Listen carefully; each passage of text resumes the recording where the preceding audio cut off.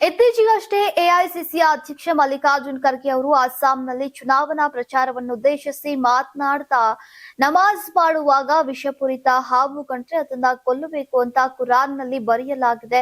RSS ಬಿಜೆಪಿಗಳು ಆ ವಿಷಪೂರಿತ ಹಾವಿನಂತೆ ನೀವು ಅದನ್ನ ಕೊಲ್ಲದಿದ್ರೆ ನೀವು ಬದುಕುಳಿಯೋದಿಲ್ಲ ಅಂತ ಹೇಳಿದ್ದು ಭಾರಿ ವಿವಾದಕ್ಕೆ ಈಡಾಗಿದ್ದು ಗೊತ್ತೇ ಇದೆ. ಪ್ರಚೋದನಾಕಾರಿಯಾಗಿ ಮಾತನಾಡಿರೋದಾಗಿ ಇವರ ವಿರುದ್ಧ ಈಗ ಬಿಜೆಪಿ ಬೆಂಬಲಿಗರು ತಿರುಗಿ ಬಿದ್ದಿದ್ರು.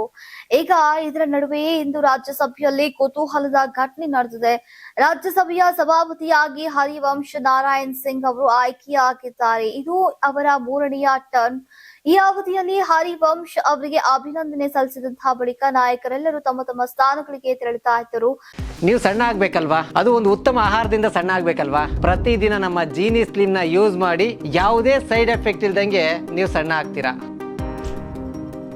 ಈ ಸಂದರ್ಭದಲ್ಲಿ ಕುತೂಹಲದ ದೃಶ್ಯವೊಂದು ಕ್ಯಾಮೆರಾ ಕಣ್ಣುಗಳಲ್ಲಿ ಸರಿಯಾಗಿದೆ. ಅದೇನೆಂದ್ರೆ ಕೇಂದ್ರ ರಾಸಾಯನಿಕ ಮತ್ತು ರಸಗೊಬ್ಬರ ಸಚಿವ ಜೆಪಿ ನಡ್ಡಾ ಅವರು ಕೂಡ ತಮ್ಮ ಸೀಟ್ ನಲ್ಲಿ ಕುಳಿತುಕೊಳ್ಳೋಕೆ ಬರ್ತಾ ಇದ್ರು. ಆ ಸಮಯದಲ್ಲಿ ಅಲ್ಲಿ ಮೆಟ್ಲುಗಳಿದ್ವು. ಅವರ ಹಿಂದೆ ಮಲ್ಲಿಕಾರ್ಜುನ್ ಖರ್ಗೆ ಇದ್ರು. ಖರ್ಗೆ ಅವರಿಗೆ 83 ವರ್ಷ ವಯಸ್ಸು. ಮೆಟ್ಲುಗಳನ್ನ ಇಳಿಯುವುದು ಅವರಿಗೆ ಅಷ್ಟು ಸುಲಭದ ಮಾತಾಗಿರ್ಲಿಲ್ಲ. ಆದ್ರೆ ಕೂಡ್ಲೆ ನಡ್ಡಾ ಅವರು ಖರ್ಗೆ ಅವರ ಕೈಯನ್ನ ಹಿಡಿದು ಅವ್ರನ್ನ ನಡೆಸ್ಕೊಂಡು ಬಂದ್ರು. ಖರ್ಗೆ ಅವರಿಗೆ ಈ ಮೆಟ್ಲುಗಳು ಇಳಿಯುವುದು ಕಷ್ಟವಾಗುತ್ತೆ ಅಂತ ಅವರು ಆ ಕ್ಷಣದಲ್ಲಿ ಅರ್ಥಕೊಂಡ್ರು. ಖರ್ಗೆ ಅವರಿಗೂ ಕೂಡ ಯಾರದ್ದಾದ್ರೂ ಸಹಾಯ ಬೇಕಿತ್ತು. ಹೀಗಾಗಿ ನಡ್ಡಾ ಅವರ ಕೈಗಳನ್ನ ಹಿಡಿದು ಖರ್ಗೆ ನಿಧಾನವಾಗಿ ಮೆಟ್ಲನ್ನ ಇಳಿದ್ರು.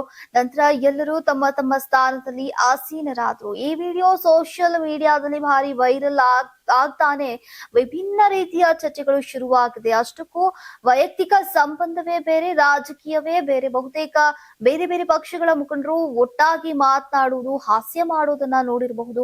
ಚುನಾವಣೆ ಪಕ್ಷದ ವಿಷಯ ಬಂದಾಗ ಸಿದ್ಧಾಂತಗಳು ಬೇರೆ ಬೇರೆ ಇರುವಂತಹ ಕಾರಣ ವಾಗ್ದಾಳಿ ಮಾಡುವುದು ಸಹಜ. ಇದನ್ನ ಯಾರು ಅಷ್ಟು ಸೀರಿಯಸ್ ಆಗಿ ತೆಗೆದುಕೊಳ್ಳಬೇಡಿ ಅಂತ ಹಲವರು ಹೇಳ್ತಾ ಇದ್ದಾರೆ. ಅವೆಲ್ಲವೂ ಸರಿ, ಆದ್ರೆ ಯಾರನ್ನು ಓಲೈಕೆ ಮಾಡೋಕೆ ಇನ್ನಾರನ್ನು ವಿಶ್ವಸರ್ಪ ಸಾಯಿಸಿ ಅನ್ನುವ ಹೇಳಿಕೆ ನೀಡುವುದು ಯಾವ ಸಿದ್ಧಾಂತ ಅಂತ ಮತ್ತೆ ಹಲವರು ಪ್ರಶ್ನಿಸುತ್ತಾರೆ.